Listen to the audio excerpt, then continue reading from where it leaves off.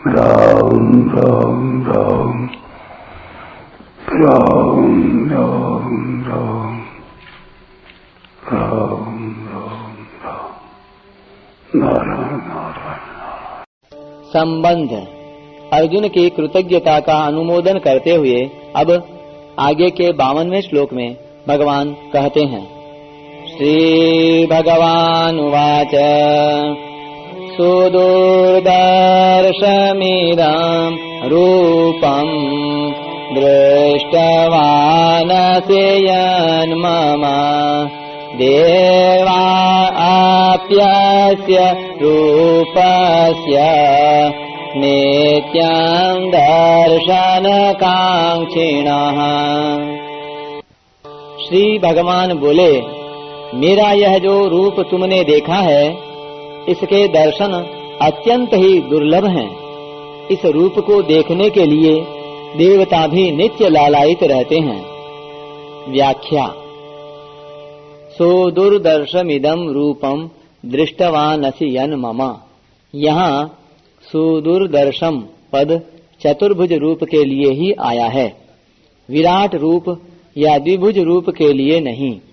कारण कि विराट रूप की तो देवता भी कल्पना क्यों करने लगे, और मनुष्य रूप जब मनुष्यों के लिए सुलभ था, तब देवताओं के लिए वह दुर्लभ कैसे होता।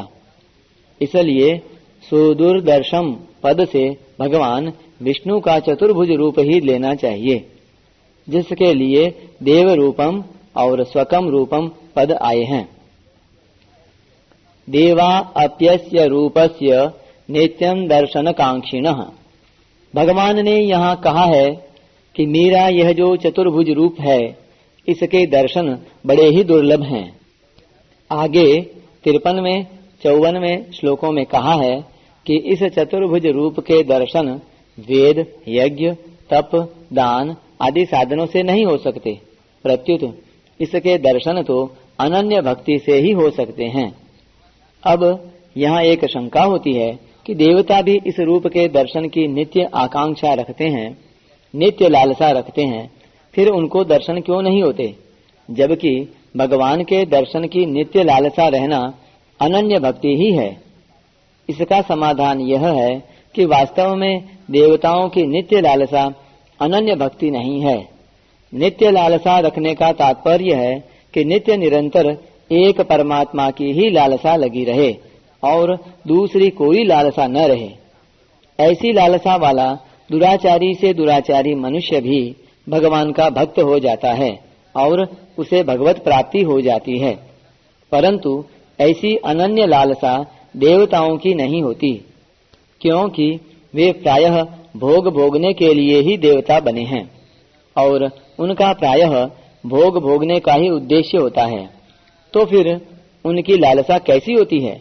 जैसी लालसा इच्छा प्रायः सभी आस्तिक मनुष्यों में रहती है कि हमें भगवान के दर्शन हो जाएं, हमारा कल्याण हो जाए, उनकी ऐसी इच्छा तो रहती है, पर भोग और संग्रह की रुचि ज्यों की त्यों बनी रहती है।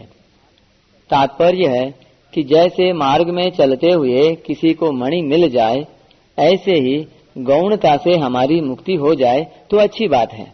इस प्रकार जैसे मनुष्यों में मुक्ति की इच्छा गौण होती है, ऐसे ही भगवान दर्शन दें तो हम भी दर्शन कर लें। इस प्रकार देवताओं में दर्शन की इच्छा गौण होती है। मार्गे प्रयाते मणिलाभ वन में लभेत मोक्षो यदि तरहि धन्यः। देवता लोग हम इतने ऊंचे पद पर हैं, हमारे लोक, शरीर और भोग दिव्य हैं, हम बड़े पुण्यशाली हैं, अतः हमें भगवान के दर्शन होने चाहिए, ऐसी कोरी इच्छा ही करते हैं। इसलिए उनको कभी दर्शन होंगे नहीं, कारण कि उनमें देवत्व, पद आदि का अभिमान है। अभिमान से, पद आदि के बल से भगवान के दर्शन नहीं हो सकते। इसलिए अर्जुन ने 10वें अध्याय के 14वें श्लोक में कहा है कि हे भगवान, आपके प्रकट होने को देवता और दानव भी नहीं जानते। इस प्रकार अर्जुन ने भगवान को न जानने में देवताओं और दानवों को एक श्रेणी में लिया है।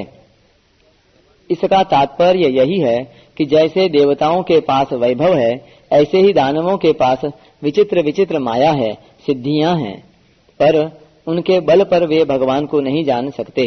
ऐसे ही देवता भगवान के दर्शन की लालसा भी रखें तो भी उनको देवत्व शक्ति से दर्शन नहीं हो सकते, क्योंकि भगवान के दर्शन में देवत्व कारण नहीं है। तात्पर्य है कि भगवान को न तो देवत्व शक्ति से देखा जा सकता है और न यज्ञ, तप, दान आदि शुभ कर्मों से ही देखा जा सकता है। उनको तो अनन्य भक्ति से ही देखा जा सकता है। अनन्य भक्ति से देवता और मनुष्य दोनों ही भगवान को देख सकते हैं।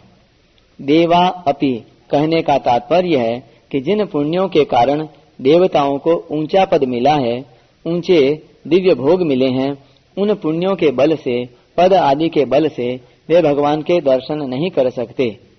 तात्पर्य है कि पुण्य कर्म ऊंचे लोक, ऊंचे भोग तो दे सकते हैं, पर भगवान के दर्शन कराने की उनमें सामर्थ्य नहीं है। भगवान के दर्शन में यह प्राकृत महत्व कुछ भी मूल्य नहीं रखता। परिशिष्ट भाव। यद्यपि देवताओं का शरीर दिव्य होता है, पर भगवान का शरीर उससे भी विलक्षण होता है। देवताओं का शरीर भौतिक, तेजोमय और भगवान का शरीर चिन्मय होता है। भगवान का शरीर सत, चित, आनंदमय, नित्य, अलौकिक और अत्यंत दिव्य होता है। चिदानंदमय देह तुम्हारी, विगत विकार जान अधिकारी। अतः देवता भी भगवान को देखने के लिए लालायित रहते हैं। जैसे साधारण लोगों में नए नए स्थान देखने का शौक रहता है, ऐसे ही देवताओं में भगवान को देखने का शौक है, प्रेम नहीं।